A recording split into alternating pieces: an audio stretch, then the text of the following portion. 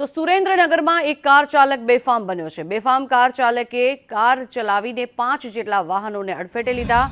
Car ચાલક નશામાં હોવાની લોકચર્ચા પણ ચર્ચાઈ રહી છે। વઢવાણ સુરેન્દ્રનગર રોડ પર આ દુર્ઘટના સર્જાઈ। અકસ્માતમાં 4 થી વધુ લોકો ગંભીર રીતે ઈજાગ્રસ્ત થયા છે। એક જ પરિવારના 3 સભ્યોને ગંભીર ઈજાઓ પહોંચી છે, ત્યારે તમામ ઈજાગ્રસ્તોને તાત્કાલિક સારવાર માટે હોસ્પિટલ ખાતે ખસેડવામાં આવ્યા છે। વારંવાર આ પ્રકારના અકસ્માતના કિસ્સાઓ સામે આવી રહ્યા છે, ત્યારે સુરેન્દ્રનગરમાં ફરી એકવાર મોડી રાત્રે આવો ગોજારો અકસ્માત સર્જાયો છે, જેમાં કાર ચાલક નશામાં ધૂત હોવાની પ્રાથમિક માહિતી પ્રાપ્ત થઈ રહી છે।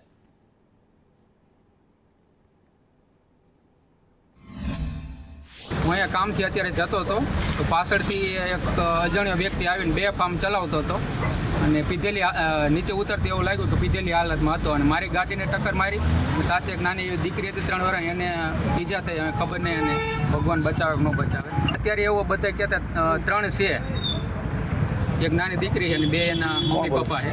ડ્રિંક કરેલું હતું, એને મોઢામાં વાસ આવતી હતી, ફૂલ ડ્રિંક કરેલી। બંસા પીર દરગાહ પાસે અત્યારે અમે સામે ઊભા હતા ત્યારે એક ગાડીવાળા નબીરો છોકરાએ એક આરે 3 વાહનને ટક્કર મારી, 3ને ગંભીર ઈજા થયેલ છે।